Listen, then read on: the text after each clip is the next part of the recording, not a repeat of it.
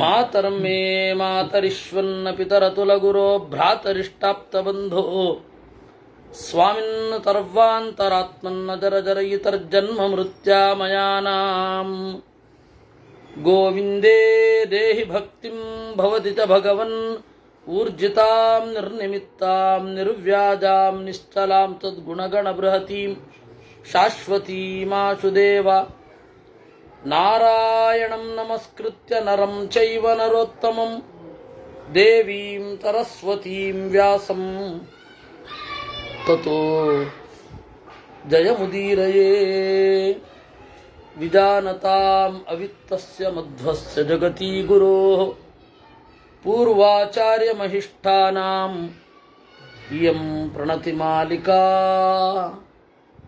ಪೂರ್ಣಜ್ಞಾನಾಯ ವಿದ್ಮಹೇ ಪೂರ್ಣಾನಂದಾಯ ಧೀಮಹಿ ತನ್ನೋ ವ್ಯಾಸ ಪ್ರಚೋದಯಾತ್. ಶ್ರಾದ್ದದ ಬಗ್ಗೆ ಕೇಳಿದಾಗ ಪಾರ್ವತಿ ಕೇಳಿದಳು, ಅಲ್ಲ, ಸಾಯುವವರು ಯಾವ್ಯಾವುದೋ ಯೋನಿಯಲ್ಲಿ ಹೋಗ್ತಾರೆ, ಯಾವುದ್ಯಾವುದೋ ಯೋನಿ, ಅದು ಇದಮಿತ್ತಮ್ಮಂತ ಒಂದು ಯೋನಿ ಅಲ್ಲ.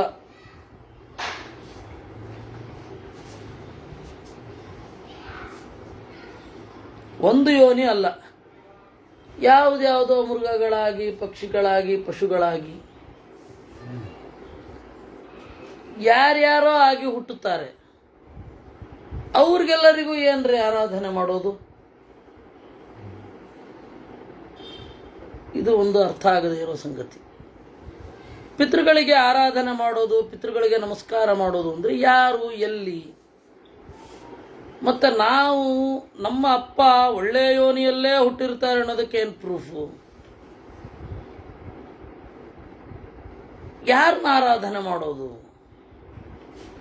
ಪಿತೃಣಾಂ ಕಥಮೋ ದೇಶ, ಆಮೇಲೆ ಅವ್ರು ಹೇಗಿರ್ತಾರೆ, ಅವರ ದೇಹದ ಒಂದು ಸ್ವರೂಪ ಹೇಗೆ, ಆಮೇಲೆ ಕಥಮೋ ದೇಶ ಎಲ್ಲಿರ್ತಾರೆ, ಪಿಂಡ ನಶ್ನಂತಿ ತೇ ಕಥಂ, ನಾವಿಟ್ಟ ಪಿಂಡವನ್ನು ಅವ್ರು ಹೇಗೆ ತಿಂತಾರೆ? ಯಾವುದೋ ಯೋನಿಯಲ್ಲಿದ್ದರೂ ತಿನ್ಲಿಕ್ಕಾಗಲ್ಲ, ದೇಹ ಇಲ್ಲದೆ ಅಣುವಾಗಿ ಬಂದರೂ ತಿನ್ಲಿಕ್ಕಾಗಲ್ಲ. ಹೇಗೆ ಸಾಧ್ಯ ಇವೆಲ್ಲ? ಅನ್ನೇ ದತ್ತೇ ಮೃತೀನಾಂತು ಕಥಂ ಆಪ್ಯಾಯನಂ ಭವೇತ್, ಅನ್ನವನ್ನ ಇತ್ತರೆ ಸತ್ತವರಿಗೆ ಸಂತೋಷ ಹೇಗೆ? ಇದು ಅವಳು ಕೇಳೋದು, ಪಾರ್ವತಿ ಕೇಳೋದು. ಏವಂ ಮಯಾ ಸಂಶಯಿತಂ ಭಗವನ್ ವಕ್ತುಮರ್ಹಸಿ, ಈ ರೀತಿ ನನಗೆ ಸಂಶಯ ಇದೆ, ಪೂಜ್ಯರೇ ಹೇಳಬೇಕು ತಾವು. ಏತದ್ವಿರುದ್ಧಂ ಪೃಚ್ಛಂತ್ಯಾಂ ರುದ್ರಾಣ್ಯಾಂ ಪರಿಷದ್ಭೃಶಂ ಬಭೂವ ಸರ್ವಾಮುದಿತ ಶ್ರೋತುಂ ಹಿ ಪರಮಂ ಹಿತಂ. ಈ ತರಹದ ಪ್ರಶ್ನೆ ಸಾವಿನ ಬಗ್ಗೆ ಹೀಗೆ, ಪಿತೃದೇವತೆಗಳು ಯಾರು ಅಂತ ಅಲ್ಲ, ಅವರಿಗೆ ಹೆಂಗೆ, ನಮ್ಮ ಪಿತೃಗಳು ಸತ್ತು ಕೆಟ್ಟ ಯೋನಿಯಲ್ಲಿ ಹುಟ್ಟಿದ್ರೆ ನಾವು ಅವ್ರ ಪೂಜೆ ಮಾಡೋದು ಹೇಗೆ? ಪಿತೃದೇವತೆಗಳ ದೇಹದ ಸ್ವರೂಪ ಏನು? ಪಿತೃಗಳು ಎಲ್ಲಿರ್ತಾರೆ? ಪಿತೃದೇವತೆಗಳು ಅನ್ನಲ್ಲ, ಪಿತೃಗಳು ಎಲ್ಲಿರ್ತಾರೆ? ಪಿಂಡವನ್ನು ಹೇಗೆ ಉಣ್ಣುತ್ತಾರೆ? ಅನ್ನವನ್ನು ಕಟ್ಟರೆ ಸತ್ತು ಹೋದ ಯಾವನಿಗೋ ಹೇಗೆ ಆಪ್ಯಾಯನ ಆಗುತ್ತೆ? ಅದಿಲ್ಲೇ ಡಿಸ್ಪೋಸ್ ಆಗೋದನ್ನು ನೋಡುತ್ತೇವೆ ನಾವು. ಈ ತರಹದ ಪ್ರಶ್ನೆ ನಾಸ್ತಿಕರ ಪ್ರಶ್ನೆ. ಇದನ್ನು ಕೇಳ್ತಾ ಇರುವಾಗ ಎಲ್ಲ ಸಂತೋಷಪಟ್ರಂತೆ. ಆಗ ರುದ್ರದೇವರು ಹೇಳಿದ್ರಂತೆ, ಸ್ಥಾನೇ ಸಂಶಯಿತಂ ದೇವಿ ಶೃಣು ಕಲ್ಯಾಣಿ ತತ್ವತಃ. ಸರಿಯಾದ ಪ್ರಶ್ನೆ ಮಾಡಿದ್ದೀಯ ನೀನು. ಇದು ಗುಟ್ಟಿನಲ್ಲಿ ಗುಟ್ಟು, ಹಿತವಾದದ್ದರಲ್ಲಿ ಹಿತ. ದೇವಗಣ ಇರುವ ಹಾಗೆ ಪಿತೃಗಣವೂ ಇರುತ್ತೆ. ದಕ್ಷಿಣಸ್ಯಾಂ ದಿಶಿ ಶುಭೆ ಸರ್ವೇ ಪಿತೃಗಣ ಸ್ಥಿತಾ.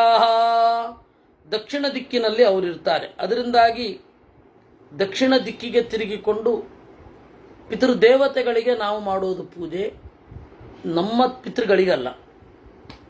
ನಮ್ಮ ಪಿತೃಗಳಿಗೆ ಮಾಡಲ್ವಾ ಅಂದರೆ ಏಕೋದ್ದಿಷ್ಟ ಅಂತ ಒಂದು ವರ್ಷದ ಒಳಗಡೆ, ಈಗ 15 ದಿವಸದ ಒಳಗಡೆ ಆಗಿದೆ. ಸಾಮಾನ್ಯವಾಗಿ ಬಹಳ ಹಿಂದೆ ಎಲ್ಲ ನಮ್ಮ ತಂದೆ ಕಾಲದಲ್ಲಿಯೇ ನಮ್ಮ ತಾತನಿಗೆಲ್ಲ ಮಾಡಿದ್ದು ನೋಡಿದ್ವಲ್ಲ, ಅವಾಗ ಸಪಿಂಡೀಕರಣ ಅಂತ ಮಾಡಿದ್ದು ವರ್ಷದಲ್ಲಿ, ವರ್ಷಾಂತಿಕದಲ್ಲಿ ಸಪಿಂಡೀಕರಣ. ನಮ್ಮ ತಾತ ಹೋಗಿ 30 ವರ್ಷ ಆಯಿತು. ನಮ್ಮ ತಾತ ಹೋಗಿ 25-26 ವರ್ಷ ಆದ್ಮೇಲೆ ನಮ್ಮಪ್ಪ ಹೋಗಿತ್ತು. ನಮ್ಮ ತಾತ ಹೋಗಿ ಈಗ ನಮ್ಮಪ್ಪ ಹೋಗಿ 5 ವರ್ಷ ಆದ್ರಿಂದಾಗಿ ಒಟ್ಟು ನಮ್ಮ ತಾತ ಹೋಗಿ 30 ವರ್ಷ ಆಯಿತು. 30 ವರ್ಷಗಳ ಹಿಂದೆ ಹೇಗಿತ್ತು ಅಂದರೆ, ಒಂದು ವರ್ಷದ ತನಕ ಸಿಹಿ ತಿಂತಾ ಇರಲಿಲ್ಲ, ಒಂದು ವರ್ಷದ ತನಕ ಹೊಸ ಬಟ್ಟೆ ಇಲ್ಲ, ಒಂದು ವರ್ಷದ ತನಕ ಹೊಸ ಬಟ್ಟೆ ಇಲ್ಲ. ಆಮೇಲೆ ಒಂದು ವರ್ಷ ಆದಮೇಲೆ ಸಪಿಂಡೀಕರಣ ಮಾಡ್ತಾ ಇದ್ರು. ಅದನ್ನ ಏಕೋದ್ದಿಷ್ಟ ಶ್ರಾದ್ದ ಅಂತ ಕರೀತಾ ಇದ್ರು. ಅಂದ್ರೆ ಆ ಜೀವನಿಗೆ ಸಂಬಂಧಪಟ್ಟ ಕ್ರಿಯೆ. ಅಲ್ಲಿ ಅವಾಗ ನಾವು ಮಾಡುವ ಪರೋಪಕಾರಗಳೆಲ್ಲ, ಪರೋಪಕಾರ ಅಂತ ಹೇಳಿದ್ರೆ ಮರ ನಡೆಸೋದು, ಕೆರೆ ಕಟ್ಟಿಸೋದು, ಅವಾಗೆಲ್ಲ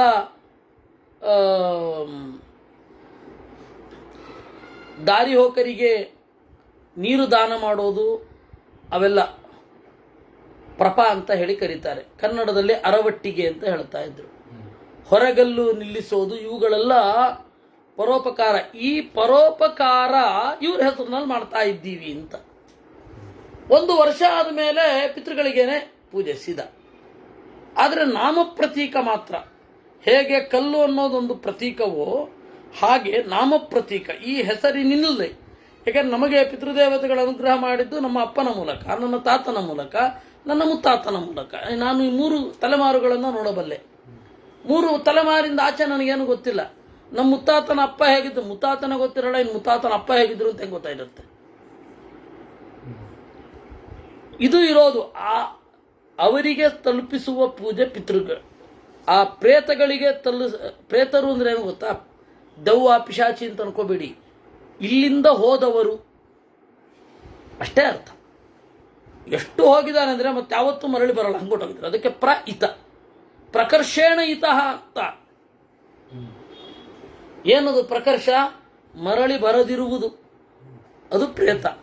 ಇವತ್ತು ಪ್ರೇತ ಅಂತ ಹೇಳಿದ ಕೂಡಲೇ ನಮಗೆ ತಲೆನಲ್ಲಿ ದೆವ್ವವೇ ಅಲ್ಲ, ಅದಕ್ಕೆ ಬೇರೆ ಶಬ್ದ ಉಂಟು. ಪ್ರೇತಾನುದ್ದಿಶ್ಯ ಪೂಜಾ ಕ್ರಿಯತೆ ಮಾನುಷೈರ್ಯ ತೇನ ತುಷ್ಯಂತಿ ಪಿತರಃ ನ ಪ್ರೇತಾಃ ಪಿತರ ಸ್ಮೃತಾಃ. ಪ್ರೇತರನ್ನು ಉದ್ದೇಶ ಮಾಡಿಕೊಂಡು, ಹೋದವರನ್ನು ಉದ್ದೇಶಿಸಿಕೊಂಡು ಏನು ಪೂಜೆ ಮಾಡ್ತೇವೆ, ಅದರಿಂದ ಪ್ರೇತಗಳಿಗೆಲ್ಲ ಅದು ಸಲ್ಲೋದು, ಪಿತೃದೇವತೆಗಳಿಗೆ ಸಲ್ಲುವ ಪೂಜೆ ಅದು. ಉತ್ತರಸ್ಯಾಂ ತಥಾ ದೇವಾಃ ರಮಂತೆ ಯಜ್ಞಕರ್ಮಭಿಃ ದಕ್ಷಿಣಸ್ಯಾಂ ತಥಾ ದೇವಿ ತುಷ್ಯಂತಿ ವಿವಿಧೈರ್ಮಖೈಃ. ಉತ್ತರ ದಿಕ್ಕಿನಲ್ಲಿ ದೇವತೆಗಳು, ಹೀಗಾಗಿ ದೇವತೋದ್ದೇಶಕವಾದ ಎಲ್ಲವೂ ಕೂಡ ಉತ್ತರ ದಿಕ್ಕು. ದಕ್ಷಿಣ ದಿಕ್ಕಿನಲ್ಲಿ ಪಿತೃದೇವತೆಗಳು, ಹೀಗಾಗಿ ಪಿತೃದೇವತೆಗಳನ್ನು ಉದ್ದೇಶಿಸಿ ಮಾಡುವ ಎಲ್ಲ ಕ್ರಿಯೆಗಳು ದಕ್ಷಿಣಕ್ಕೆ ತಿರುಗಿ. ದ್ವಿವಿಧಂ ಕ್ರಿಯತೆ ಕರ್ಮ ಹವ್ಯ ಕವ್ಯ ಸಮಾಶ್ರಿತಂ ತಯೋರ್ ಹವ್ಯ ಕ್ರಿಯಾ ದೇವಾನ್ ಕವ್ಯಮಾಪ್ಯಾಯತೆ ಪಿತೃನ್. 2 ತರಹದ ಕ್ರಿಯೆಗಳು, ಹವ್ಯ ಕವ್ಯ ಅಂತ. ಹವ್ಯ ಅಂತ ಹೇಳಿದ್ರೆ ದೇವತೆಗಳನ್ನು ಉದ್ದೇಶಿಸಿ ಮಾಡುವ ಪೂಜೆ, ಕವ್ಯ ಅಂತಂದ್ರೆ ಪಿತೃಗಳನ್ನು ಉದ್ದೇಶಿಸಿ ಮಾಡುವ ಪೂಜೆ. ಪ್ರೇತ ಅಲ್ಲ. ಪ್ರೇತ ಅಂದ್ರೆ ಹೋದವರು. ಎಲ್ಲ ಪ್ರೇತಗಳಿಗೂ ಶಕ್ತಿ ಇರುತ್ತೆ ಅಂತ ಅನ್ಕೋಬೇಡಿ. ಈ ಫಿಲಂಗಳನ್ನು ನೋಡಿ ಸತ್ ಕೂಡಲೇ ಅತೀಂದ್ರಿಯ ಶಕ್ತಿ ಬರೋದಾಗಿದ್ರೆ ಮೊದಲು ನಾವು ಸಾಯೋಣ, ಹಂಗೆ ಬರಲ್ಲ ಅದು. ಹಾಗೆ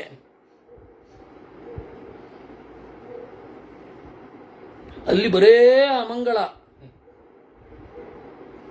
ಪ್ರಸವ್ಯಂ ಮಂಗಳೈರ್ದ್ರವ್ಯೈ ಹವ್ಯ ಕರ್ಮ ವಿಧೀಯತೆ ಅಪಸವ್ಯಮಂಗಲ್ಯೈ ಕವ್ಯಂ ಚಾಪಿ ವಿಧೀಯತೆ. ಮಂಗಳ ಕ್ರಿಯೆಗಳಿಂದ ಮಾಡೋದು ಹವ್ಯ. ಮಂಗಳವಲ್ಲ ಅಂತ ಹೇಳಿ ಸೂಚಿಸಲಿಕ್ಕೆ ಮಾಡತಕ್ಕಂಥದ್ದು ಕವ್ಯ. ಸದೇವಾತುರ ಗಂಧರ್ವಾ ಪಿತೃನ್ ಅಭ್ಯರ್ಥಯಂತಿ ಚ ಆಪ್ಯಾಯಂತೆ ಚ ತೇ ಶ್ರಾದ್ದೈ ಪುನರಾಪ್ಯಾಯಂತಿ ತಾನ್. ದೇವತೆಗಳು, ಅಸುರರು, ಗಂಧರ್ವರು ಎಲ್ಲರೂ ಕೂಡ ಪಿತೃದೇವತೆಗಳನ್ನು ಆರಾಧನೆ ಮಾಡ್ತಾರೆ. ಬ್ರಹ್ಮದೇವರು ಮಾಡಿದ್ರು ಅಂತ ಹೇಳಿ ಕೆಲವು ದಿವಸದ ಹಿಂದೆ ನಾವು ನೋಡಿದ್ವಿ.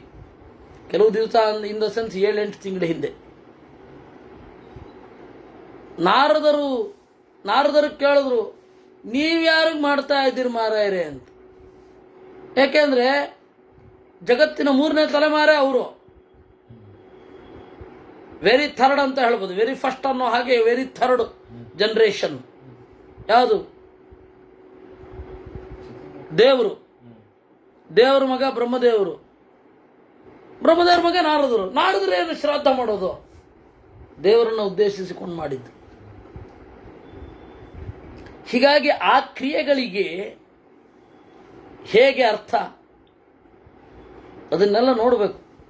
ಅನಿಷ್ಟ್ವಾಚ ಪಿತೃನ್ ಪೂರ್ವಂ ಯಕ್ರಿಯಾಂ ಪ್ರಕರೋತಿ ಚೇತ್ ರಕ್ಷಾಂಸಿ ಚ ಪಿಶಾಚಾಶ್ಚ ಫಲಂ ಭೋಕ್ಷಂತಿ ತಸ್ಯ ತತ್. ಪಿತೃಗಳನ್ನು ಪೂಜಿಸದೆ ಯಾವ ಕ್ರಿಯೆಯನ್ನು ಮಾಡಿದರೂ ರಾಕ್ಷಸರು, ಪಿಶಾಚಗಳು ಆ ಫಲವನ್ನು ಉಣ್ಣುತ್ತಾರೆ. ಅದರಿಂದಾಗಿ ನಾಂದಿ ಶ್ರಾದ್ದ ಅಂತ. ಅದು ನಿಜವಾಗಿಯೂ ನಾಂದಿ ಶ್ರಾದ್ದ ಅಂತ ಹೇಳೋದು. ಅದನ್ನು ಇವ್ರಿಗೆ ವಾಗತ್ಯ, ಅಯ್ಯೋ ಶ್ರಾದ್ದ ಅಂದ್ಬಿಟ್ರೆ ಏನೋ ಅಪರಾಧ ಮಾಡಿದ ಹಾಗೆ ಅಂದರೆ ಬರೇ ನಾಂದಿ ಅಂತಾರೆ. ನಿಮಗೆ ಗೊತ್ತಾ, ಸಂಸ್ಕೃತ ನಾಟಕಗಳು ಶುರು ಆಗೋದು ನಾಂದ್ಯಂತೆ ತತ ಪ್ರವಿಶತೆ, ಪಿತೃಪೂಜೆ ಮಾಡ್ಕೊಂಡು ಬಂದಿರ್ತಾನೆ. ಇಂಗ್ಲಿಷಿನಲ್ಲಿಯೂ ಕೂಡ ಇಂಗ್ಲಿಷ್ ನಾಟಕಗಳು ಏನಿದೆ, ಈಸ್ಕಿಲಸ್ಸು ಮೊದಲ ರೌದ್ರ ನಾಟಕಗಳು, ಗ್ರೀಕಿನ ರೌದ್ರ ನಾಟಕಗಳು, ಕ್ಲೆಟಾಮ್ನೆಸ್ಟ್ರಾ ಅಂತ ಹೇಳಿ ಒಂದು ನಾಟಕ, ಆ ಥರ ರೌದ್ರ ನಾಟಕಗಳು. ಅದು ನೀವು ಓದ್ತಾ ಇದ್ರೆ ಎದೆಯೆಲ್ಲ ಬಗೆದು ಹಿಸಿದು ನೀರಾಗೋಗತ್ತದು. ಅಂತಹ ರೌದ್ರ ನಾಟಕಗಳಿದೆ ಗ್ರೀಕಿನಲ್ಲಿ. ಜಪಾನಿನ ನೋ ನಾಟಕಗಳಿದೆ, NOH, ಇಂಗ್ಲಿಷ್ನ ನೋ ಅಲ್ಲ, ನೋಹ್ ನಾಟಕಗಳು. ಅಲ್ಲಿ ಎಲ್ಲ ಇದು ಪಿತೃಪೂಜೆ ಅಂತ ಮಾಡಿಯೇ, ಇದು ದೇವರ ಪೂಜೆ ಅಂತ ಮಾಡಿಯೇ ಮಾಡೋದು. ನಮಗೂ ಅವ್ರಿಗೂ ವ್ಯತ್ಯಾಸ ಇದೆ. ನಮಗೆ ನಾಟಕ ಅಂತ ಹೇಳಿದ್ರೆ ನಮಗೂ ದೇವರ ಆರಾಧನೆಯೇ,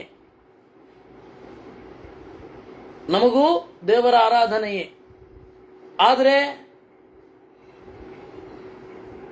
ನಮ್ದು ಬೇರೆ ತರಹ, ದೇವರ ಗುಣಗಳನ್ನು ಅನುಸಂಧಾನ ಮಾಡೋದು. ಅವ್ರದ್ದು ಬೇರೆ ತರಹ, ಏನು ವಿಸರ್ಜನೆ, ಕೆಥಾರ್ಸಿಸ್ ಅಂತ ಕರೀತಾರೆ. ಕೆಥಾರ್ಸಿಸ್ ಅಂದ್ರೆ ಏನು? ನಿಮ್ಮ ತೀವ್ರವಾದ ಕ್ರೌರ್ಯವಾದ ಭಾವನೆಗಳು ಏನು ಮನಸ್ಸಿನಲ್ಲಿ ಮೂಡಿರುತ್ತೆ, ಅದನ್ನ ನಾಟಕ ನೋಡಿಕೊಂಡು ವಿಸರ್ಜನೆ ಮಾಡಿಕೊಂಡು, ಯಾಕೆಂದ್ರೆ ಎಲ್ಲ ವಿಕಾರಗಳನ್ನ ಅಲ್ಲಿ ತೋರಿಸ್ಬಿಟ್ಟಿರ್ತಾರೆ ಅವರು. ಹೌದ್ರಿ, ಅಲ್ಲಿ ತೋರಿಸ್ಬಿಟ್ಟಿರ್ತಾರೆ. ಎಲ್ಲ ಆಗಿ ಕಾಮ ಕ್ರೋಧಾದಿಗಳಿಂದ ನಿಮ್ಮ ಎಕ್ಸ್ಪ್ರೆಷನ್ ಎಲ್ಲ ಅಲ್ಲಿ ಬಂದ್ಬಿಡ್ತು. ಎಲ್ಲ ಬಿಟ್ಟು ಶುದ್ಧಾತ್ಮರಾಗಿ ದೇವರ ಬಳಿಗೆ ಹೋಗಬೇಕು. ಇದು ಪ್ರೊಸೀಜರ್ ಆಫ್ ಕೆಥಾರ್ಸಿಸ್. ಗ್ರೀಕ್ ನಾಟಕಗಳು ಹೀಗೆ ಇರೋದು. ಅಲ್ಲಿ ಎಲ್ಲ ಕೂಡ ಅವನು ಪೂಜೆ ಮಾಡಬೇಕು. ಒಳಗಡೆ ಪಿತೃಪೂಜೆ, ಆಮೇಲೆ ದೇವ ಪೂಜೆ ಮಾಡಿ ಬರಬೇಕು. ಅದಕ್ಕೆ ಇವರೇನು ಮಾಡಿದ್ರು, ಆಸ್ತಿಕ ಅಂತ ಹೇಳಿ ಇಂಗ್ಲಿಷ್ ಕನ್ನಡ ಡಿಕ್ಷನರಿಯಲ್ಲಿ ಆಸ್ತಿಕ ಅನ್ನೋದಕ್ಕೆ ಮ್ಯಾನ್ ಆಫ್ ಪ್ರಾಪರ್ಟಿ ಅಂದ್ರು. ಪ್ರಾಪರ್ಟಿ ಅಂದ್ರೆ ಹೊಲ ಮನೆ ಅಲ್ಲ. ಅಲ್ಲಿ ಪ್ರಾಪರ್ಟಿ ಅಂತಂದ್ರೆ ರಂಗಕ್ರಿಯಾ ಸಾಧನ ಅಂತ ಅರ್ಥ. ಈ ಹೆಡ್ಡ ಒಬ್ಬ ಇದ್ದಾನೆ, ಅವನು ಈಗಲೂ ಬದುಕಿದನಲ್ಲ ಅಂತ ದುಃಖ ಆಗತ್ತೆ. ಭಗವಾನ್ ಅವನು ಆಸ್ತಿಕ ಅಂದ್ರೇನ್ರಿ, ಆಸ್ತಿ ಇರೋನು ಅಂತಾನೆ. ಅವನು ಏನು ಇಂಗ್ಲಿಷನ್ನ ಪಾಠ ಮಾಡ್ತಾನೋ ಮಕ್ಕಳಿಗೆ ದೇವರಿಗೆ ಗೊತ್ತು. ನಾವೇನು ಇಂಗ್ಲೀಷಲ್ಲಿ ಪರಿಣತರಲ್ಲ, ಇಂಗ್ಲಿಷ್ MA ಓದಿಲ್ಲ. ಆದರೆ ನಮಗೆ ಅಟ್ಲೀಸ್ಟ್ ಇದು ಗೊತ್ತಿದೆ, ಗ್ರೀಕಿನ ನಾಟಕ ಪರಂಪರೆ ಹೇಗೆ, ಭಾರತೀಯ ನಾಟಕ ಪರಂಪರೆ ಹೇಗೆ ಅಂತ. ಯಾಕೆ ಹೇಳಿದ್ದು ನಾನು ಅಂದ್ರೆ, ಪ್ರತಿಯೊಂದು ಮಂಗಳ ಕ್ರಿಯೆಯಲ್ಲಿ ಪಿತೃಪೂಜೆ ಅನಿವಾರ್ಯ. ಅದನ್ನು ನಾಂದಿ ಶ್ರಾದ್ದ ಅಂತ ಕರೀತಾರೆ. ಇವರಿಗೆ ಶ್ರಾದ್ದ ಅಂದ್ಬಿಟ್ರೆ ಅಯ್ಯೋಯ್ಯೋ ಇದ್ದಿದ್ದ ಅವಂಗಳೆಲ್ಲ ಒಕ್ಕರ್ಸ್ಕೊಂಡ್ಬಿಡುತ್ತೆ ಅಂತ. ನಾನು ಒಂದು ಮನೆಯಲ್ಲಿ ಬಾಡಿಗೆಗಿದ್ದೆ ITI ಲೇಔಟಲ್ಲಿ. ಅವರು ನಾವು ಪುರೋಹಿತರಿಗೆ ಮನೆ ಕೊಡಲ್ಲ, ಯಾರು ಅವರು ವಿದ್ಯಾಪೀಠಕ್ಕೆ ಬಹಳ ಹತ್ತಿರ. ಅಲ್ಲಲ್ಲ ಅವರಲ್ಲ ಇನ್ನೊಬ್ರು. ಇದು ಪೆಟ್ರೋಲ್ ಪಂಪ್ ಆಗಿದೆಯಲ್ಲ ಈಗ, ಅದ್ರ ಹಿಂದೆ. ಕೊಡಲ್ಲ, ಯಾಕೆಂದ್ರೆ ಅವರು ಶ್ರಾದ್ದ ಮಾಡಿಸಿ ಬರ್ತಾರೆ. ಏನು ಪ್ರೇತ ಪೂಜೆನಾ ಪಿತೃಪೂಜೆನಾ? ಅದು ಅಲ್ಲ, ಅದು ಒಂದು ಪವಿತ್ರವಾದ ಕ್ರಿಯೆ. ಶ್ರಾದ್ದ ಅನ್ನೋದು ಪವಿತ್ರವಾದ ಕ್ರಿಯೆ. ಮಹಾಭಾರತದಲ್ಲಿ ಅದನ್ನು ಬಹಳ ಬಾರಿ ಹೇಳಿದ್ದಾರೆ. ಅದರಿಂದಾಗಿ ಹವ್ಯ ಕವ್ಯ ಕ್ರಿಯಾಸ್ತಸ್ಮಾತ್ ಕರ್ತವ್ಯ ಭುವಿ ಮಾನುಚೈಹಿ, ಇದು ಎಲ್ಲವೂ ಕೂಡ ಅನಿಷ್ಟ್ವಾಚ ಪಿತೃನ್ ಪೂರ್ವಂ ಯಕ್ರಿಯಾಂ ಪ್ರಕರೋತಿ ಚೇತ್. ಪಿತೃಗಳನ್ನು ಮೊದಲು ಪೂಜಿಸದೆ ಏನು ಕ್ರಿಯೆ ಮಾಡ್ತೀರಾ ಅದರ ಫಲವನ್ನು ರಾಕ್ಷಸರು ಉಣ್ಣುತ್ತಾರೆ.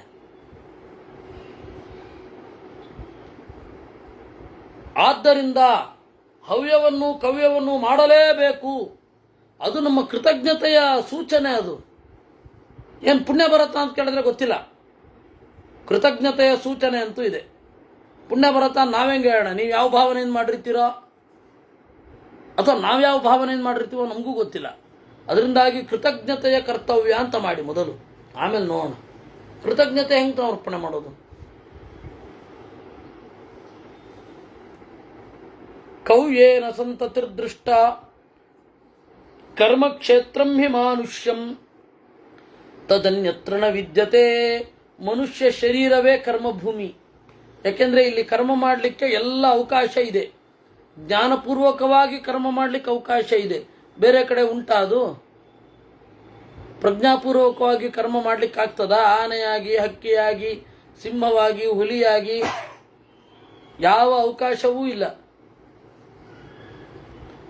ಅದರಿಂದ ಕರ್ಮಕ್ಷೇತ್ರಂ ಹಿ ಮಾನುಷ್ಯಂ, ಮನುಷ್ಯ ಶರೀರವೇ ಕರ್ಮಭೂಮಿ. ಕವ್ಯೇನ ಸಂತತಿರ್ದೃಷ್ಟ ಹವ್ಯೇ ಭೂತಿ ಪೃಥಗ್ವಿಧ. ಕವ್ಯದಿಂದ ಸಂತತಿ, ಹವ್ಯದಿಂದ ಭೂತಿ. ಏವಂ ಕೃತಸ್ಯ ಧರ್ಮಸ್ಯ ಶ್ರೋತುಮಿಚ್ಛಾಮ್ಯಹಂ ಪ್ರಭೋ ಪ್ರಮಾಣಂ ಫಲಮಾನಾನಾಂ ತನ್ಮೇ ಶಂಸಿತುಮರ್ಹತಿ. ಹೌದಾ? ಹಾಗಾದರೆ ದಾನ ಮಾಡೋದು ಮುಖ್ಯ. ಶ್ರಾದ್ದ ಆಗಲಿ ಯಜ್ಞ ಆಗಲಿ ಒಂದು ಕಾಮನ್ ಪಾಯಿಂಟ್ ಇದೆ, ದಾನ ಮತ್ತು ಪರೋಪಕಾರ. ಪರೋಪಕಾರ ಮತ್ತು ದಾನ ಅನ್ನೋದು ಪಾಯಿಂಟ್. ವೈದಿಕ ಕ್ರಿಯೆ ಪರೋಪಕಾರ ಅಲ್ಲ ಅಂತ ಇವ್ರು ಅನ್ಕೋತಾರೆ. ಇವ್ರಿಗೆ ಯಾರು ಹೇಳಬೇಕೋ ದೇವರಿಗೆ ಗೊತ್ತು. ಹಾಗೆ ಹೇಳುವ ನಾಸ್ತಿಕರು ಒಮ್ಮೆನೂ ಪರೋಪಕಾರ ಮಾಡಿರಲ್ಲ, ನೆನಪಿರಲಿ. ಯಾವ ನಾಸ್ತಿಕರು ಪರೋಪಕಾರ ಮಾಡಲಿಲ್ಲ. ವೈದಿಕರನ್ನ ಉತ್ಕಟವಾಗಿ ಹೀಯಾಳಿಸುವವರು ಪರೋಪಕಾರ ಮಾಡಿದ್ದು ನೋಡಲಿಲ್ಲ. ಯಾರು ಆಸ್ತಿಕರಿರ್ತಾರೆ ಅವರು ಹೆಚ್ಚು ದಾನಾದಿಗಳನ್ನು ಮಾಡಿದ್ದಾರೆ. ತಮ್ಮ ಇಡೀ ಮನೆಯನ್ನು ಬಿಟ್ಟುಕೊಟ್ಟಿದ್ದಾರೆ, ಇಡೀ ಆಸ್ತಿ ಮಾಡಿದ್ದಾರೆ, ಇಡೀ ಆಸ್ತಿ ಮಾರಿ ಹಾಕಿದ್ದಾರೆ. ಆಸ್ತಿಯನ್ನು ಕರಗಿಸಿ ಪರೋಪಕಾರ ಮಾಡಿದ್ದಾರೆ ಆಸ್ತಿಕರು. ಇವುಗಳು ಎಂಥದೂ ಮಾಡಿಲ್ಲ, ಗೆಬರ್ಕೊಂಡದ್ದೇ ಬಂದಿದೆ. ಹಾಗಾದ್ರೆ ದಾನ ಅಲ್ವಾ ಅಂತ ಕೇಳ್ತಾಳೆ. ಹೌದು, ದಾನ ಮತ್ತು ಪರೋಪಕಾರ ಎಷ್ಟು ಮಾಡಬೇಕು? ಎಷ್ಟು ಮಾಡಬೇಕು ಅಂತಂದ್ರೆ ಎಷ್ಟಾಗತ್ತೋ ಅಷ್ಟು ಮಾಡಬೇಕು. ಯಸ್ಸಾರಸ್ತು ನರೋ ಲೋಕೆ ತದ್ದಾನಂ ಚೋತ್ತಮಂ ಸ್ಮೃತಂ. ಎಷ್ಟಾಗತ್ತೋ ಅಷ್ಟು ಮಾಡಬೇಕು. ಇಷ್ಟು ಮಾಡಬೇಕು ಅಂತ ಹೆಂಗೆ ಹೇಳೋದು? ಹೇಳಲಿಕ್ಕಾಗೋದೇ ಇಲ್ಲ. ಆದ್ದರಿಂದಾಗಿ ತಥೋ ವಿಶೇಷಂ ದಾನಂ ಷಡ್ಗುಣಯುಕ್ತಂ ತು ಮಹದಿತ್ಯಭಿಧೀಯತೆ. ಷಡ್ಗುಣಯುಕ್ತವಾದ ದಾನ ಸಂಕಲ್ಪ, ದೇಶ, ಕಾಲ, ದೇಯ, ದಾತೃ, ಪ್ರತಿಗ್ರಹೀತೃ, ಈ ಆರನ್ನ ಒಳಗೊಂಡ ದಾನ ಶ್ರೇಷ್ಠ. ಯಥಾ ಶ್ರದ್ಧಂತು ವೈದಾನಂ ಯಥಾರ್ಹಂ ಸಮಮುಚ್ಯತೆ. ಸರಿ, ಬರ್ತಾ ಇರುತ್ತೆ ಹೋಗ್ತಾ ಇರುತ್ತೆ, ಅದು ಮಧ್ಯಮ ದಾನ ಅಂತ. ಇದೆಲ್ಲ ಬರ್ತಿರುತ್ತೆ ಹೋಗ್ತಿರುತ್ತೆ, ಕಾನ್ಸ್ಟಂಟಾಗಿ ಒಂದೇ ರೀತಿ ಮನೋಭಾವ ಇರಲ್ಲ, ಆದರೆ ಇರುತ್ತೆ. ದಾನಂ ಪಾತಕಮಿತ್ಯಾಹು ಷಡ್ಗುಣಾನಾಂ ವಿಪರ್ಯಯೇ. ದಾನ ಅನ್ನೋದು ಪಾತಕ ಯಾವಾಗ? ಇದು ಇಲ್ಲದೆ ಹೋದಾಗ, ಅಯೋಗ್ಯರಿಗೆ ದಾನ ಮಾಡಿದಾಗ, ಅಯೋಗ್ಯ ರೀತಿಯಲ್ಲಿ ದಾನ ಮಾಡಿದಾಗ, ಅಯೋಗ್ಯವಾದದ್ದನ್ನು ದಾನ ಮಾಡಿದಾಗ. ನೇತ್ರದಾನ ಮಾಡಬೇಕಾ ಮಾಡಬಾರ್ದ? ನೇತ್ರದಾನ ಮಾಡಬಾರದು ಅಂತ ಇವರೆಲ್ಲ ಇನ್ ದ ಸೆನ್ಸ್ ನಾಗರಾಜ್ ಅಲ್ಲ, ಇವರೆಲ್ಲ ಅಂದ್ರೆ ಸಾಂಪ್ರದಾಯಿಕರು. ಸಾಂಪ್ರದಾಯಿಕರೇನು ಹೇಳ್ತಾರೆ? ದಾನ ಮಾಡಬಾರದು ನೇತ್ರದಾನ. ಯಾಕೆ? ದೇವರು ಕೊಟ್ಟ ಕ್ರಿಯೆಯಲ್ಲಿ ಒಂದು ಊನ ಆಗತ್ತೆ. ದೇವರು ಕೊಟ್ಟ ದೇಹವನ್ನು ಹಾಗೆ ಮರಳಿ ಕೊಡಬೇಕು, ಅದಕ್ಕೆ ಒಂದು ಊನ ಆಗತ್ತೆ, ಅದರಿಂದಾಗಿ ಮಾಡಬಾರದು. ಇದಕ್ಕೆ ಯಾವ ಪ್ರೂಫು ಇಲ್ಲ. ಯಾಕೆಂದ್ರೆ ಆಮೇಲೆ ನಮ್ಮ ಸ್ವಾಮಿಗಳು, ಪೇದಾವರ ಸ್ವಾಮಿಗಳು ದಾನ ಮಾಡಬಹುದು, ಯಾಕೆಂದ್ರೆ ಅಲರ್ಕ ಕೊಟ್ಟಿದ್ದಾನೆ ಅಂತ ಹೇಳುದು. ನನ್ನ ನಿಲುವು ಎರಡರ ಮಧ್ಯದಲ್ಲಿದೆ.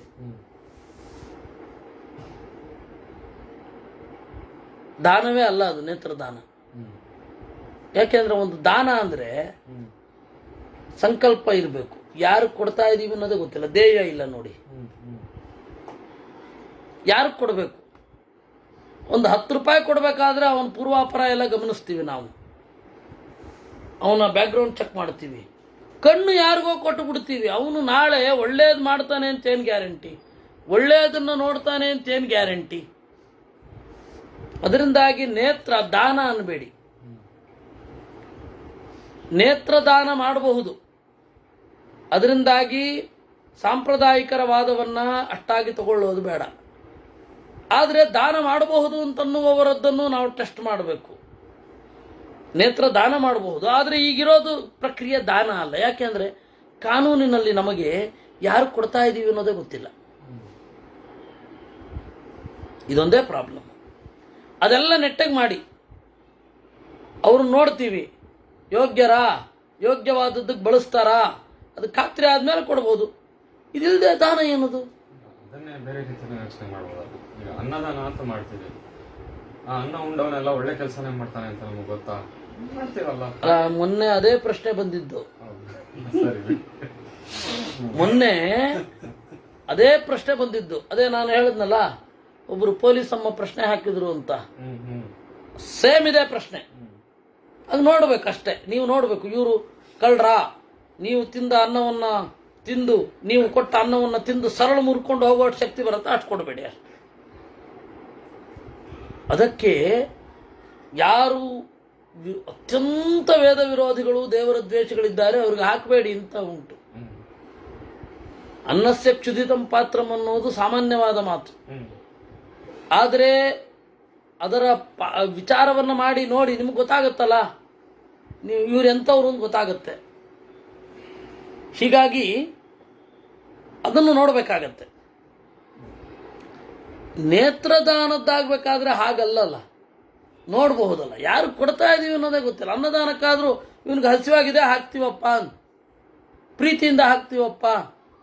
ಇದು ಎಂಥದ್ರಿ ಇದು ನೇತ್ರದಾನ? ಯಾರಿಗೆ ಕೊಡ್ತಾ ಇದೀವಿ ಅನ್ನೋದೇ ಗೊತ್ತಿಲ್ಲ.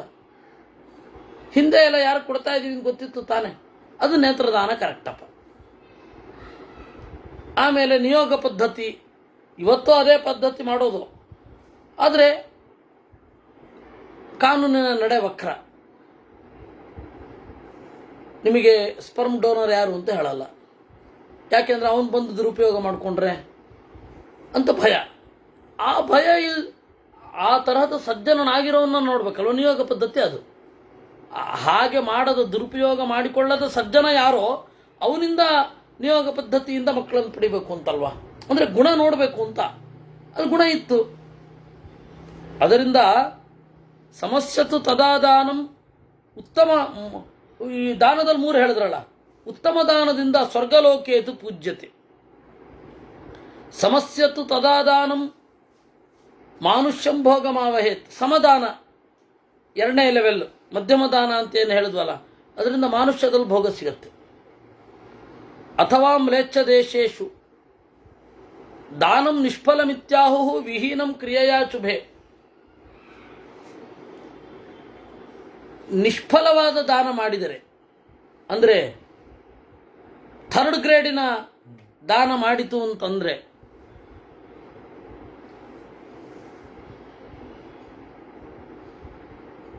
ಅದರಲ್ಲಿ ಮ್ಲೇಚ್ಛ ದೇಶಾದಿಗಳಲ್ಲಿ ಸುಖವಾಗಿರುವಂತಹ ಒಂದು ಸಾಧ್ಯತೆಗಳುಂಟು. ದಾನ ಮಾಡಿದ ಫಲ ಉಂಟು. ಇನ್ನೂ ಹೇಳುವಾಗ ನಾಯಿಗಳಾಗಿ ಸುಖವಾಗಿರಬಹುದು. ನರಕಂ ಪ್ರೇತ್ಯ ತಿರ್ಯಕ್ಷು ಗಚ್ಚೇದ ಅಶುಭದಾನತಃ.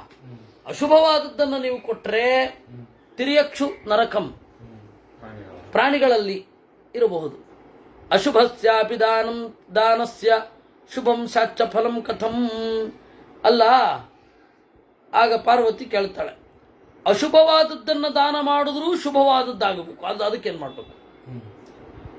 ಈಗ ನಮಗೆ ಕೊಟ್ಟಿರೋ ದ್ರವ್ಯವೇ ಕಳಪೆ, ಕಳಪೆಯಾಗಿರೋ ದ್ರವ್ಯವನ್ನು ಕೊಟ್ಟು ಒಳ್ಳೆ ಫಲ ಪಡೆಯೋದು ಹೇಗೆ? ನಮಗಿರೋದೇ ಆದ್ರಿ. ಇವರು ಏನೇನೋ ಹೇಳ್ತಾರೆ, ಅದು ಇದು ಆರ್ಗ್ಯಾನಿಕ್, ಹಾಳು ಮೂಳು ಮಣ್ಣು ಮಸಿ ಎಂಥದೂ ಇಲ್ಲ. ನನಗೆ ಇವ್ರದ್ದು ಫುಡ್ ಮಾಫಿಯಾ ನೋಡ್ತಾ ಇದ್ರೆ ಒಂದು ಅನ್ಸತ್ತೆ, ವಿಷಕ್ರಿಮಿನ್ಯಾಯೇನ ಜೀವಾಮ್ಯಹಂ ಅಂತ. ಕ್ರಿಮಿಗೆ ವಿಷ ಅಭ್ಯಾಸ ಆಗ್ಬಿಟ್ಟು ಜೊತೆಗಿದ್ದು ಬಿಡುತ್ತೆ. ವಿಷ ತಿಂದ್ರೆ ಏನಾಗಲ್ಲ ಕ್ರಿಮಿಗೆ. ಹಾಗೆ ನಾವು ಈಗಾಗಲೇ ಪೊಲ್ಯೂಟೆಡ್ ಆದ ಆಹಾರವನ್ನು ತಿಂದು ಅದಕ್ಕೆ ಅಡ್ಜಸ್ಟ್ ಆಗೋಗಿದ್ದೀವಿ. ತಲೆ ಯಾಕೆ ಕೆಡಿಸ್ಕೊಳ್ಬೇಕು? ಬಹಳ ಆರಿಸಿ ವೈದ್ಯರನ್ನು ಪಕ್ಕದಲ್ಲಿ ಇಟ್ಕೊಂಡಿದ್ರು ಬದುಕಲಿಕ್ಕಾಗಿಲ್ಲ. ಅವನು ಯಾವನೋ ಒಬ್ಬ ಇದ್ನಲ್ಲ, ಮೈಕಲ್ ಜಾಕ್ಸನ್, ಅವನಿಗೆ ಅದರಿಂದಾಗಿ ನಾವೇನು ಮಾಡಬೇಕು? ದೇವರಲ್ಲಿ ಭಾರ ಹಾಕಿರ್ಬೇಕು ಅಷ್ಟೆ. ಹಾಗಾಗಿ ಏನೋ ಕೆಟ್ಟದ್ದು ಕೊಡ್ತೀವಿ, ಒಳ್ಳೆ ಫಲ ಸಿಗಬೇಕು, ಏನು ಮಾಡೋದು? ಮನಸಾ ತತ್ವತಃ ಶುದ್ಧಂ ಆನೃಚಂ ಚ ಪುರಸ್ಸರಂ ಪ್ರೀತ್ಯಾತು ಸರ್ವದಾನಾನಿ ದತ್ವಾ ಫಲಮವಾಪ್ನುಯಾತ್. ಮನಸ್ಸಿನಿಂದ ಶುದ್ಧವಾಗಿ ನಮಗೆ ಸಿಕ್ಕಿದ್ದನ್ನು ಕೊಟ್ಟರು ಒಳ್ಳೆ ಫಲ ಆಗುತ್ತೆ. ದ್ರವ್ಯ ಕೆಟ್ಟದಿರಬಹುದು, ಮನಸ್ಸು ಶುದ್ಧ ಇರಲಿ. ರಹಸ್ಯಂ ಸರ್ವದಾನಾನಾಂ ಏತದ್ವಿದ್ಧಿ ಶುಭೇಕ್ಷಣೆ ಅನ್ಯಾನಿ ಧರ್ಮ ಕಾರ್ಯಾಣಿ ಶೃಣು ಸದ್ಭಿಕೃತಾನಿ ಚ. ಎಲ್ಲ ದಾನಗಳಿಗೂ ರಹಸ್ಯ ಹೊಂದಿದೆ. ಏನು? ಸಜ್ಜನರು ಮಾಡಬೇಕು ಅಂದ್ರೆ ನಾವು ಸಜ್ಜನರಾಗಬೇಕು, ಅದೊಂದೇ ದಾರಿ. ಯಾವ್ದ್ಯಾವುದು? ಆರಾಮದೇವ ಗೋಷ್ಠಾನಿ ಸಂಕ್ರಮ ಕೂಪಯೇವ ಚ ಗೋವಾಟಶ್ಚ ತಟಾಕಶ್ಚ ಶಭಾಶಾಲಾ ತತರ್ವಚಃ. ಆರಾಮದೇವ ಗೋಷ್ಠಾನಿ ಯಾವ್ಯಾವುದು ಅಂತ ಲಿಸ್ಟ್ ಹೇಳ್ತಾರೆ.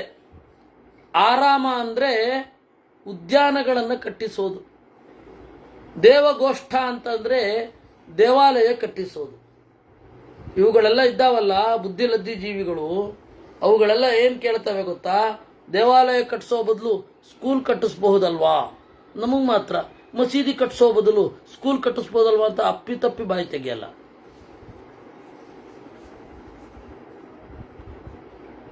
ಆರಾಮ ದೇವಗೋಷ್ಠಾನಿ. ಗೋಷ್ಠ ಗೋವುಗಳ ಮಂದಿರ. ಸಂಕ್ರಮ ದಾರಿ, ದಾರಿ ಮಾಡೋದು. ಕೂಪಯೇವಚ ಭಾವಿ.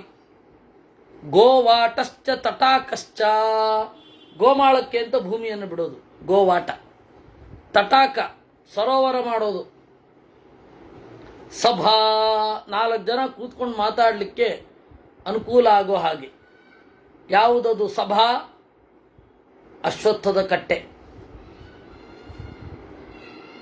ಅಶ್ವತ್ಥ ಕಟ್ಟೆಯೇ ಅದರಷ್ಟು ಶಕ್ತಿ ಕೊಡೋದು ಯಾವುದೂ ಇಲ್ಲ. ಅಶ್ವತ್ಥ ಕಟ್ಟೆಯ ಒಳಗಡೆ ಕೂತ್ಕೊಂಡು, ಅಶ್ವತ್ಥ ಕಟ್ಟೆಯಲ್ಲಿ ಕೂತ್ಕೊಂಡು ಆ ಗಾಳಿ ಉಸಿರಾಡ್ತಾ 1 ಗಂಟೆ ಇದ್ರೆ ಸಾಕು, ಒಳ್ಳೆ ಶಕ್ತಿ. ಅದಕ್ಕೆ ಆ ತರಹದ ಮರಗಳ ಹೆಸರಿನದ್ದೇ ಊರಲ್ವೇ. ಆಲೂರು, ಆಲ್ದೂರು, ಆಲನಹಳ್ಳಿ ಎಲ್ಲ ಅದೇ. ಅವಲಹಳ್ಳಿ ಅದೇ. ಬೇವೂರು, ಬೇವಿನ ಮರ ಇರುವ ಊರು ಎಲ್ಲ ಹಾಗೆ ಅಲ್ವಾ? ಅದಕ್ಕಿಂತನ ಸಭಾ 4 ಜನ ಕೂತ್ಕೊಂಡು ಸುಖವಾಗಿ ಮಾತನಾಡಲಿಕ್ಕೆ ಹರಟೆ ಕಟ್ಟೆ ಕಟ್ಟಿಸಿಕೊಡೋದಕ್ಕೂ ಒಂದು ಪುಣ್ಯ ಇದೆ ರೀ. ಜನ ಮಾತಾಡಿಸ್ತಾರೆ, ಜನ ಮಾತಾಡ್ತಾ ಇರ್ತಾರೆ. ಜಗುಲಿ ಮನೆ ಮುಂದೆ 4 ಜನ ಬಂದು ಮಾತನಾಡೋದು. ಈಗ ಬೆಂಗಳೂರಲ್ಲಿ ಜಗುಲಿ ಮಾಡಿ ಧೂಳೆ ಕುಡಿಬೇಕಷ್ಟೆ. ಸಭಾ ಶಾಲಾ ಚ ಸರ್ವಶಃ. ಒಂದು ಮನೆ ನೆರಳಿದ್ರೆ ಸಾಕು. ದಾರಿಯಲ್ಲಿ ಎಲ್ಲೋ ಒಂದು ಕಡೆ ಯಾರೋ ಒಬ್ಬ ಬಂದ್ಬಿಟ್ಟು ಗುಡಿಸ್ಬಿಟ್ಟು ಮಾಡ್ಕೊಂಡು ಹೋಗ್ತಾನೆ ರಾತ್ರಿ. ಹಾಗೆಲ್ಲ ಇರ್ತಿತ್ತು.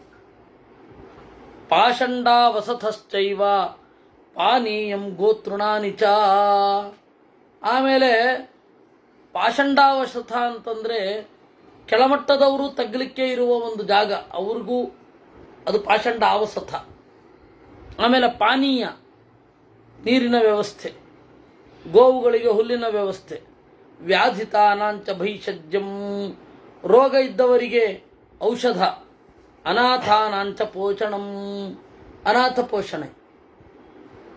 ನೀವು ಮನನಲ್ಲೇ ತಂದಿಟ್ಕೊಳ್ಳೋರು. ಅವಾಗೆಲ್ಲ ಈ ಕಡ್ಡಿ ಶ್ರೀನಿವಾಸಾಚಾರ್ಯರು ಅಂತ ಹೇಳಿ ಬೆಂಗಳೂರಿನ ಹಳೆ ತಲೆ, ಅವ್ರ ಮನೆಯವರು ಒಂದಿಷ್ಟು ಜನ ದಿಕ್ಕಿಲ್ಲದ ಮುದುಕಿಯರನ್ನು ತಂದು ಇಟ್ಕೊಂಡಿದ್ರು. ಅವರು ಯದ್ವಾ ತದ್ವಾ ಬೈಯೋರು, ಯಾರೋ ಅವರು ಸಂಬಂಧವೇ ಇಲ್ಲ ತಂದಿಟ್ಕೊಂಡಿದ್ರಂತೆ. ಅವರು ಯದ್ವಾ ತದ್ವಾ ಬೈದರು, ನಗನಗುತ್ತಾ ಅವರನ್ನ ಕಡೆ ತನಕ ಚೆನ್ನಾಗಿ ಇಟ್ಕೊಂಡು ಕಳಿಸಿದ್ರು. ಅಂದ್ರೆ ಮೇಲ್ಗಡೆಗೆ ಅಂತ ಚೆನ್ನಾಗಿ ನೋಡ್ಕೊಂಡ್ರು ಅವರು. ಅಂದರೆ ತಮ್ಮ ವಲಯದಲ್ಲಿರುವವರನ್ನೇ ತಮ್ಮ ಜಾತಿಯವರನ್ನು ಅವರವ್ರು ಇಟ್ಕೊಂಡ್ಬಿಟ್ರೆ ನೀವು ಪ್ರತ್ಯೇಕ ಆರ್ಫನೇಜ್ ಮಾಡೋ ಅವಶ್ಯಕತೆಯೇ ಇಲ್ಲ. ಅದು ಇದೆ ಅಂತಂದ್ರೆ ಅವರೆಲ್ಲ ಸಂವೇದನಾಹೀನರಾಗ್ತಾ ಇದ್ದೇವೆ ನಾವು ಅಂತ ಅರ್ಥ ಅಲ್ವಾ? ಈ ಪರಿಸ್ಥಿತಿ. ಅದರಿಂದಾಗಿ ಅನಾಥಾನಾಂಚ ಪೋಷಣಂ, ಅನಾಥ ಶವ ಸಂಸ್ಕಾರ, ಅನಾಥ ಶವ ಸಂಸ್ಕಾರ, ತೀರ್ಥ ಮಾರ್ಗ ವಿಚೋದನಂ. ನದಿಗೋ ಏನಕ್ಕೋ ಹೋಗ್ತಾ ಇರಬೇಕಾದ್ರೆ ಮುಳ್ಳು ಮೊದಲಾದವುಗಳೆಲ್ಲ ಬೆಳೆದಿದ್ರೆ ಕಿತ್ತಾಕಿ ನೆಟ್ಟಿಗೆ ಮಾಡೋದು. ಏತತ್ ಸರ್ವಂ ಆಯ್ತಲ್ಲ. ವ್ಯಸನಾಭ್ಯವಪತ್ತಿಶ್ಚ, ಯಾರಿಗೋ ಕಷ್ಟ ಆದರೆ ಒದಗೋದು ತಮ್ಮ ಶಕ್ತಿಗೇನು. ಸರ್ವೇ ಚಾಂಚ ಸ್ವಶಕ್ತಿತಃ. ಏತತ್ ಸರ್ವಂ ತಮಾಸೇನ ಧರ್ಮ ಕಾರ್ಯ ಮಿತಿ ಸ್ಮೃತಂ. ಇದೆಲ್ಲ ಧರ್ಮ ಕಾರ್ಯ. ಈ ಧರ್ಮ ಕಾರ್ಯಗಳಲ್ಲಿ ಕೆಲವು ಲೋಪ ಇರಬಹುದು, ಕೆಲವು ಸಮಸ್ಯೆಗಳಿರಬಹುದು. ಆದರೆ ಮಾಡಿ, ನಿಮ್ಮ ಮನಸ್ಸಿನ ಮೂಲಕ ಮಾಡಿದರೆ ಒಳ್ಳೆಯದಾಗುತ್ತೆ. ಪ್ರೇತ್ಯ ಭಾವೇ ಲಭೇತ್ ಪುಣ್ಯಂ ನಾಸ್ತಿ ತತ್ರ ವಿಚಾರಣ.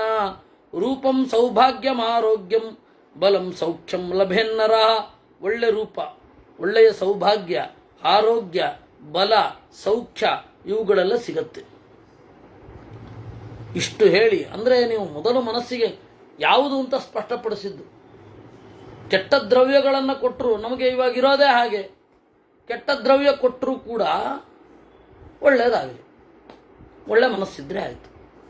ಭಗವನ್ ಲೋಕಪಾಲೇ ಚ ಧರ್ಮಸ್ತು ಕತಿಭೇದಕಃ ದೃಶ್ಯತೆ ಪರಿತಸ್ಸದ್ಭಿಃ ತನ್ಮೇ ಶಂಸಿತುಮರ್ಹಸಿ.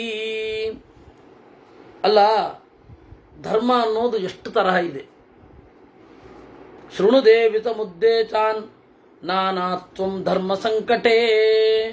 ಹೇಳ್ತೇನೆ ಕೇಳು. ಸ್ಮೃತಿ ಧರ್ಮಶ್ಚ ಧರ್ಮ ಬಹುಧಾ ಶ್ರುತಿ ಭೇದ ಮುಖೋದ್ಭವ. ಬೇರೆ ಬೇರೆ ವೇದಗಳುಂಟು. ಸ್ಮೃತಿ ಧರ್ಮ ಅಂತ ಉಂಟು, ಆಯ್ತಾ? ದೇಶ ಧರ್ಮ ಅಂತ ಉಂಟು, ಕುಲಧರ್ಮ ಅಂತ ಉಂಟು, ಜಾತಿ ಧರ್ಮ ಅಂತ ಉಂಟು, ಗಣಧರ್ಮ ಅಂತ ಉಂಟು, ಆಪದ್ಧರ್ಮ ಅಂತ ಉಂಟು. ಇದು ಧರ್ಮ.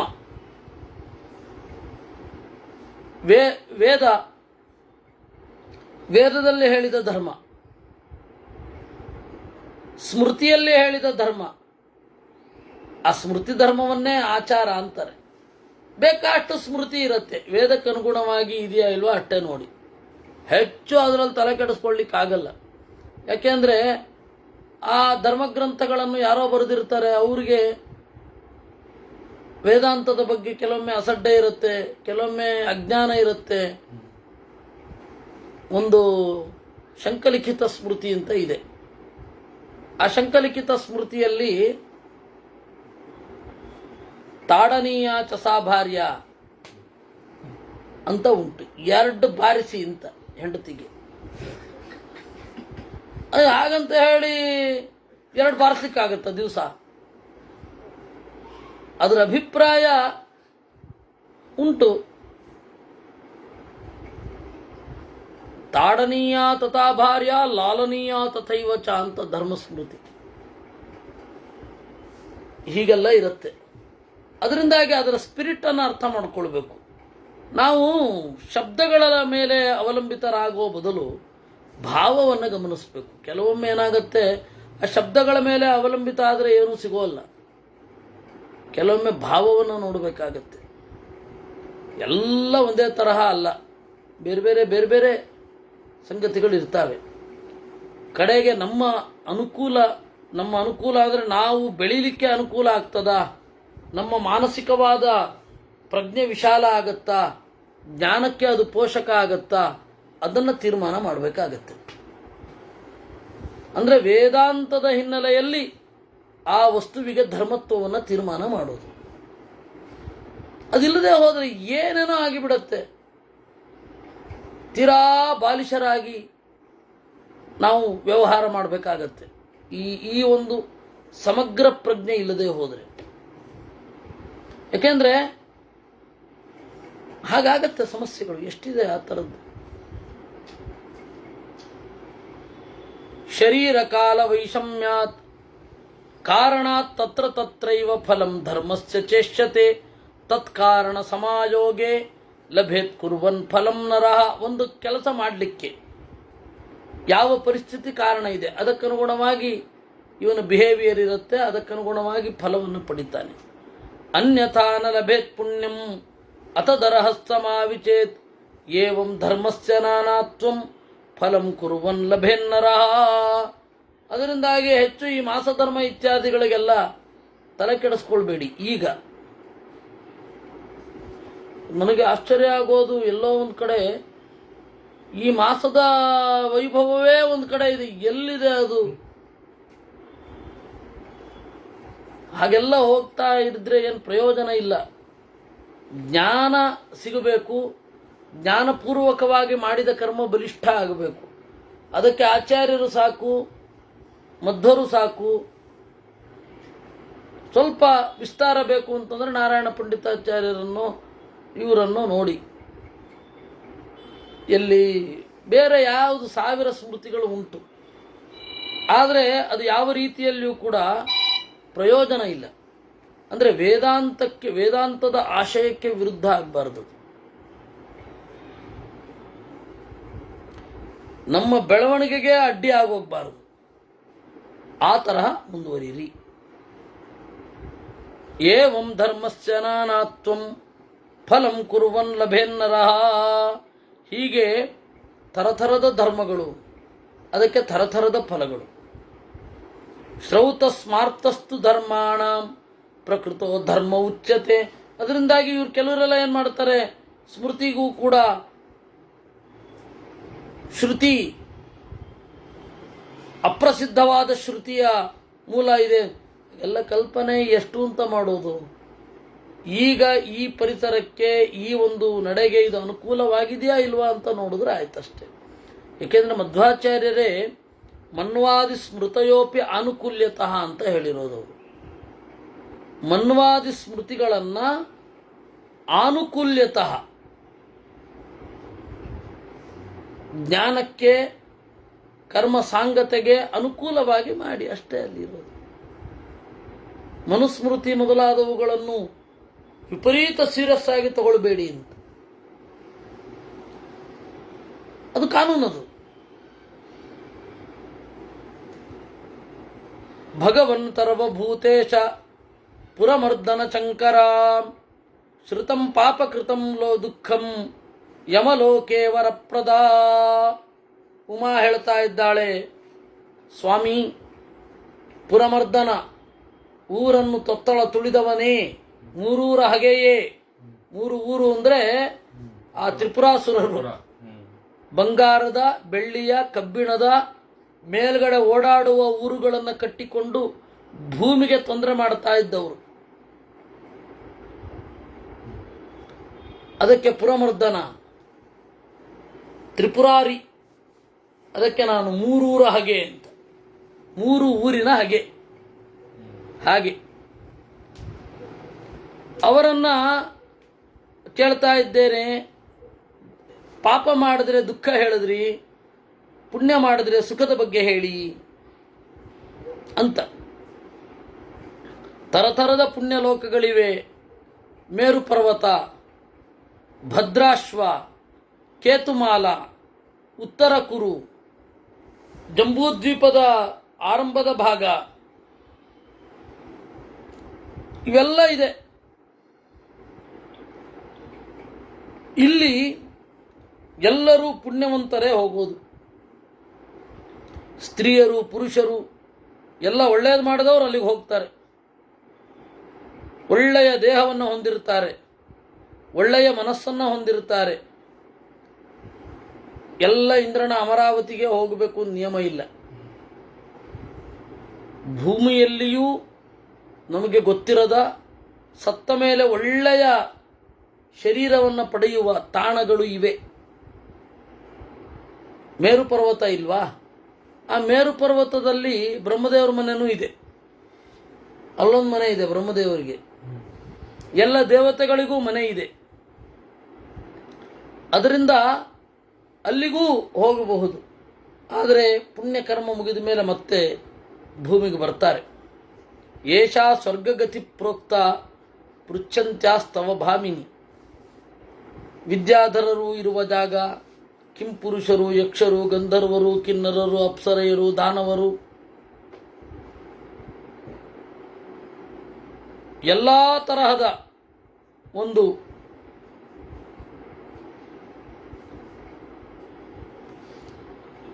ಜಂತುಗಳು ಇರುವ ಜಾಗ ಬೇರೆ ಬೇರೆ ಇದೆ. ಆದ್ದರಿಂದ ಇಲ್ಲಿ ಎಲ್ಲ ಇಷ್ಟಿಷ್ಟು ದೂರ ಇದೆ, ಇಷ್ಟು ಯೋಜನಾ ಅಗಲ ಇದೆ ಅಂತ ಹೇಳಿ ಎಲ್ಲ ಇದೆ.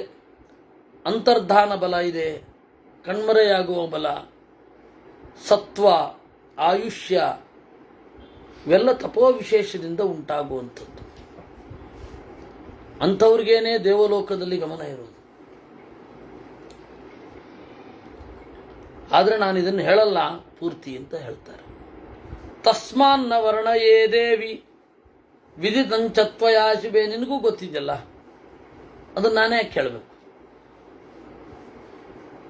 ನಾನು ಹೇಳೋಲ್ಲ, ಇಷ್ಟ ಸಾಕು, ನಿನಗೆ ಗೊತ್ತಿದೆಯಲ್ಲ ಅಂದ್ಬಿಡ್ತಾರೆ ಒಂದು ಹಂತದಲ್ಲಿ.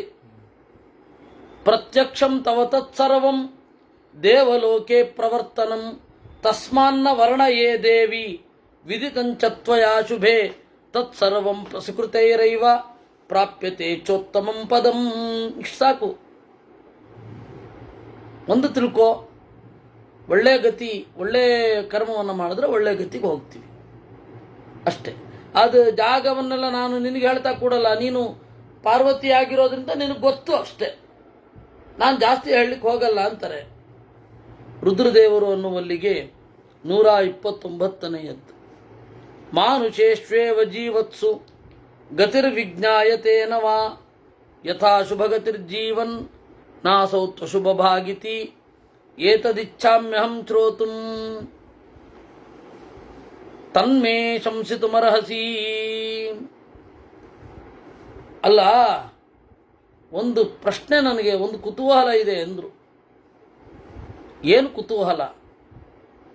ಮನುಷ್ಯರಿಗೆ ಏನಾದರೂ ಅಂಗಾಂಗ ವೈಫಲ್ಯ ಇತ್ತು ಅಂದರೆ, ಹಿಂದೆ ಏನೋ ಮಾಡಿದ್ದಾರೆ, ನಾವು ತೀರ್ಮಾನ ಮಾಡೋದು, ನಾವು ಜಡ್ಜ್ ಮಾಡೋದಲ್ಲ. ಅದು ವಾಸ್ತವಿಕವಾಗಿ ನಾವು ಹೀಗೆ ಮಾಡಬಾರ್ದು ಅಂತ ಎಚ್ಚರ ತಗೊಳ್ಬೇಕಷ್ಟೇ. ಸರಿ, ಇದೆಲ್ಲ ಇದೆ. ಆದರೆ ಬೇರೆ ಪ್ರಾಣಿಗಳಲ್ಲಿ ಏನಿಲ್ವೇ ಇಲ್ವಾ? ಬೇರೆ ಪ್ರಾಣಿಗಳಿವೆ, ಜ್ಞಾನವೇ ಇರದ ಪ್ರಾಣಿಗಳು. ಅವುಗಳೆಲ್ಲ ಯಾವ ಕರ್ಮ ಮಾಡಿ ಬಂದದ್ದು? ಅವರು ಹಿಂದೆ ಮನುಷ್ಯ ಸಿಕ್ಕಾಗ ಇವರು ಈ ತರಹದ ಕರ್ಮವನ್ನು ಮಾಡಿ ಬಂದಿದ್ದಾರೆ ಅಂತ ಆ ಪ್ರಾಣಿಗಳಲ್ಲಿ ಹೇಗೆ ಗುರುತಿಸೋದು? ತದಹಂತೆ ಪ್ರವಕ್ಷ್ಯಾಮಿ ಜೀವಿತಂ ವಿದ್ಯತೆ ಯಥಾ ದ್ವಿವಿಧ ಪ್ರಾಣಿನೋ ಲೋಕೆ ದೈವಾತುರ ತಮಾಶ್ರಿತಾ. ನೋಡಿ, ಯಾವುದೇ ಪ್ರಾಣಿಗಳು ಒಂದೋ ದೈವ ವರ್ಗಕ್ಕೆ ಸೇರಿರ್ತವೆ, ಒಂದೋ ಆಸುರ ವರ್ಗಕ್ಕೆ ಸೇರಿರ್ತವೆ. ಈ ಒಂದು ಪ್ರಭೇದವನ್ನು ಡಿಫ್ರೆನ್ಸನ್ನು ನಿಮ್ಗೆ ಅಳಿಸ್ಲಿಕ್ಕೆ ಆಗೋದಿಲ್ಲ. ನೀವು ಹೇಳಬಹುದು ನಿಮ್ಮ ಈಗೋ ಸ್ಯಾಟಿಸ್ಫ್ಯಾಕ್ಷನ್ಗೆ ಅಥವಾ ನಿಮ್ಮ ಒಂದು ಭಯ ಅದನ್ನು ನೀಗಿಸಿಕೊಳ್ಳಲಿಕ್ಕೆ ನೀವೇನೇನೋ ಹೇಳಬಹುದು. ಎಲ್ಲ ಒಂದೇ, ಎಲ್ಲ ಹಾಗೆ ಹೀಗೆ, ಎಲ್ಲರ ದಾರಿ ಬೇರೆ ಬೇರೆ ದಾರಿಗಳು ಒಂದು ಗುರಿ ಅಂತ ನೀವು ಹೇಳಬಹುದು. ಆದರೆ ಅದು ವಾಸ್ತವವಾ? ಅಲ್ಲ. ನೀವು ನಿಮ್ಮನ್ನು ನೀವು ಸಮಾಧಾನ ಮಾಡಿಕೊಳ್ತಾ ಇರೋದು ಶಾಸ್ತ್ರದ ದಾರಿ ಅಲ್ಲ. ಅದು ಶಾಸ್ತ್ರ ಎರಡು ದಾರಿ, ಎರಡೇ ದಾರಿ. ಒಂದು ದೈವದ ದಾರಿ, ಇನ್ನೊಂದು ಆಸುರರ ದಾರಿ.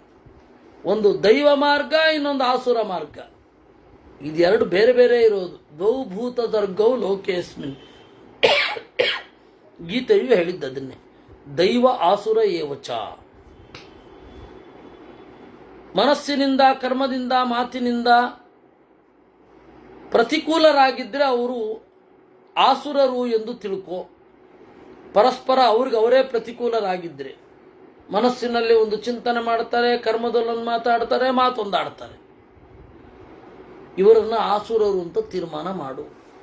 ನಿಮ್ಮಲ್ಲಿ ಆಸ್ತಿಕತೆಯ ಪ್ರಮಾಣ ಜಾಸ್ತಿಯಾದಷ್ಟು ಈ ಒಂದು ಮಾರ್ಗ ಇರೋದಿಲ್ಲ. ಆಸ್ತಿಕತೆಯ ಪ್ರಮಾಣ ಜಾಸ್ತಿ ಆದಷ್ಟು ಮಾತಿಗೆ ಅತ್ಯಂತ ವಿರುದ್ಧವಾಗಿ ಕೃತಿ ಇರಲ್ಲ, ಕೃತಿಗೆ ಅತ್ಯಂತ ವಿರುದ್ಧವಾಗಿ ಮನಸ್ಸು ಇರೋಲ್ಲ. ಆಸ್ತಿಕತೆಯಲ್ಲಿ ಎತ್ತರಕ್ಕೆ ಏರ್ತಿದ್ದಷ್ಟು ಮಾತು ಮನಸ್ಸುಗಳಲ್ಲಿ ವಿರೋಧ ಕಡಿಮೆ ಆಗ್ತಾ ಬರುತ್ತೆ. ಇರ್ಬೋದು, ಆಸ್ತಿಕರಲ್ಲಿ ನಾನು ಇಲ್ಲ ಅಂತ ಹೇಳ್ತಾ ಇಲ್ಲ. ಆಸ್ತಿಕರಲ್ಲಿಯೂ ಮಾತು ಮನಸ್ಸುಗಳಿಗೆ ವಿರೋಧ ಇರ್ತದೆ, ಆದರೆ ಕಡಿಮೆ ಇರುತ್ತೆ. ನಾಸ್ತಿಕರಷ್ಟು ಅತ್ಯಂತ ವಿರುದ್ಧವಾಗಿ ಬೇರೆಯದೇ ಆದ ಧ್ರುವ ಅನ್ನುವ ಹಾಗಿರಲ್ಲ. ನಾಸ್ತಿಕರಲ್ಲಿ ಅದು ಬಹಳ ಉಗ್ರವಾಗಿ, ಉತ್ಕಟವಾಗಿ ಇರುತ್ತೆ. ಅದರಿಂದಾಗಿ ಆಸುರರನ್ನು ಹೇಗೆ ಚಿಂತಿಸಬೇಕು? ಮನಸ್ಸು, ಕರ್ಮ, ಮಾತು, ಅವರು ದೇವರಿಗೆ ಪ್ರತಿಕೂಲರು, ಅವರೇ ಪ್ರತಿಕೂಲರು. ಕಡೆಗೆ ಅವರನ್ನ ಏನಂತ ಕರೀತಾರೆ? ಆಸುರರು ಅಂತ ಕರಿಬಹುದು. ತಾದೃಚಾನ್ ಆಸುರಾನ್ ವಿದ್ಧಿ ಮರ್ತ್ಯಾಸ್ತೆ ನರಕಾಲಯ. ಹಿಂಸೆ ಮಾಡುವವರು, ಚೋರಾ, ಕಳ್ಳತನ ಮಾಡುವವರು, ಧೂರ್ತರು, ಹೆರರ ಹೆಂಡಿರನ್ನ ಮುಟ್ಟುವವರು, ನೀಚಕರ್ಮರತರು, ಶೌಚ ಮಂಗಳ ಇರದವರು, ಶುಚಿಯನ್ನು ದ್ವೇಷ ಮಾಡುವವರು, ಪಾಪಿಷ್ಠರು, ಲೋಕದ ನಡತೆಯನ್ನೇ ಟೀಕಿಸಿ ಅವ್ಯವಸ್ಥೆ ಮಾಡಿ ಹಾಳು ಮಾಡಿಬಿಡ್ತಾರೆ. ಲೋಕದ ಒಳ್ಳೆಯತನವನ್ನು ಸಾಧ್ಯವಾದಷ್ಟು ಕೆಡಿಸ್ತಾರೆ. ಲೋಕದ ಒಳ್ಳೆಯ ನಡೆಯನ್ನ ಕೆಡಿಸ್ತಾರೆ. ನಾವು ನೋಡಿದ್ದೀವಿ, ಸೋಷಿಯಲ್ ಸ್ಟೇಟಸ್ಸಿನ ಹೆಸರದಲ್ಲಿ, ಹೈ ಲೆವೆಲ್ ಸೊಸೈಟಿ ಅಂತನ್ನುವ ಒಂದು ನೆಪದಲ್ಲಿ ನಾವು ಈ ತರಹ ಮಾಡಬೇಕು, ಈ ತರಹ ಮಾಡಬೇಕು ಅಂತ ಅನ್ನೋದು ಏನಿದೆ, ಅವರೆಲ್ಲ ಜಗತ್ತಿನ ನೀತಿಯ ಸಾಮಾನ್ಯ ನಡೆ ಇದೆ, ಅದನ್ನು ಪುಡಿ ಮಾಡ್ತಾರೆ.